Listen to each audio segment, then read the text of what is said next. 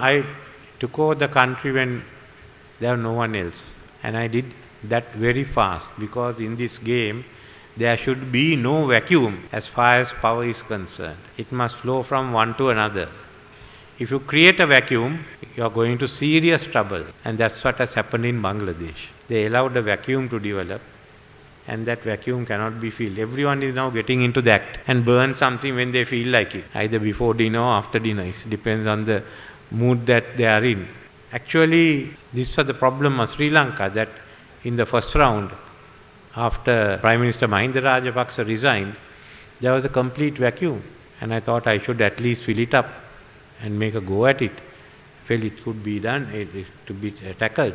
Second time was to ask for a committee headed by the Speaker to run the government. That also would not have worked. So I acted as Prime Minister in the absence of the President and took power. So remember one thing, that you must never have a vacuum in power. It must legally be passed from one to another.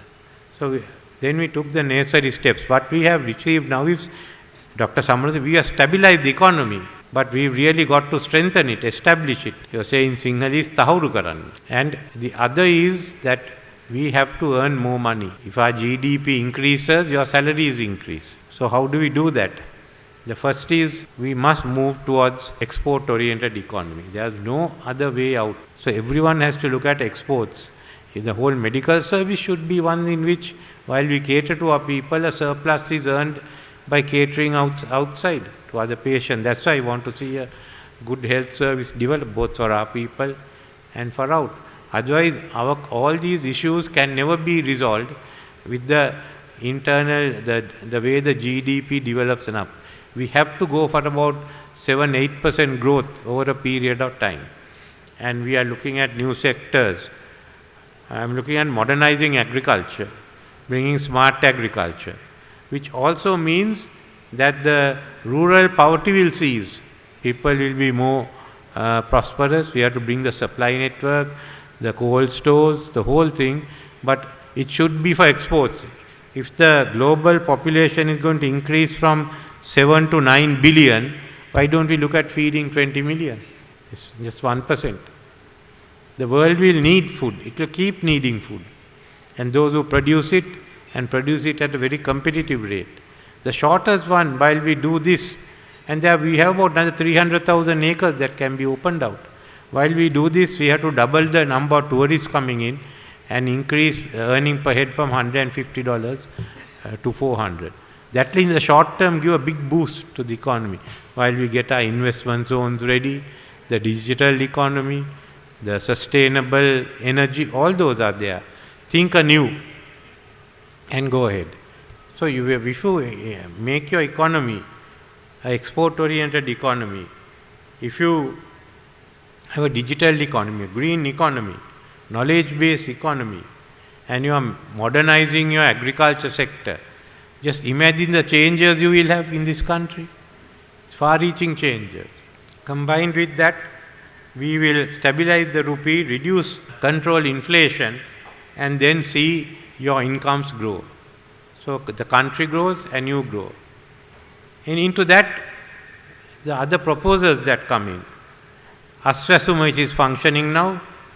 Urume, where you are getting freehold land, 2 million people are going to become owners in the country in the next 3-4 years. Then we are converting line rooms into villages, and the people will have their own plots of land. Empowerment of women, Women's Empowerment Act. We want to bring the Social Justice Commission. So look at all the social changes that he is going to trigger off. And the new anti-corruption agenda, which have been done for us by the IMF, it will take another year and plus to pass all the laws, to implement it. So then ensuring the representation of women and youth in the Pradesh Sabhas and in the provincial councils, and we appointed the former Chief Justice Depp to go into the elections and the party systems. They made 87 recommendations, implementing them. All that will bring about a vast economic change, social change, and a political change, which should be for the better. So I am looking at the system has collapsed, the political system has collapsed. We couldn't provide leadership in a crisis. The economy collapsed, which are based on this political theory, and social system come apart. We have to put everything together. Puluwan Sri Lanka is bringing all those sectors together to create a new Sri Lanka. The word I will use for it is not Venasa. Venasa can be anything, Peraliya. That's what we have to do as we go along. And that has to be done not by some of us, we can kick it off, but the younger generation who is waiting to take over. But in that, let's move forward, looking at a better Sri Lanka and realizing that we will need another year or plus to get over this, and valuing the services that you all are rendering at a difficult time under difficult circumstances. I know what it is. You have to thank you because you are keeping the country going. You kept the country going for 2 years and you will keep the country. There will be times you will agree, there will be times when the government will disagree with you, but nevertheless you are running an important service, and what I want to do is certainly ensure you have better prospects here and better remuneration. Let's rebuild the economy and each one take the share that is due to him. Thank you.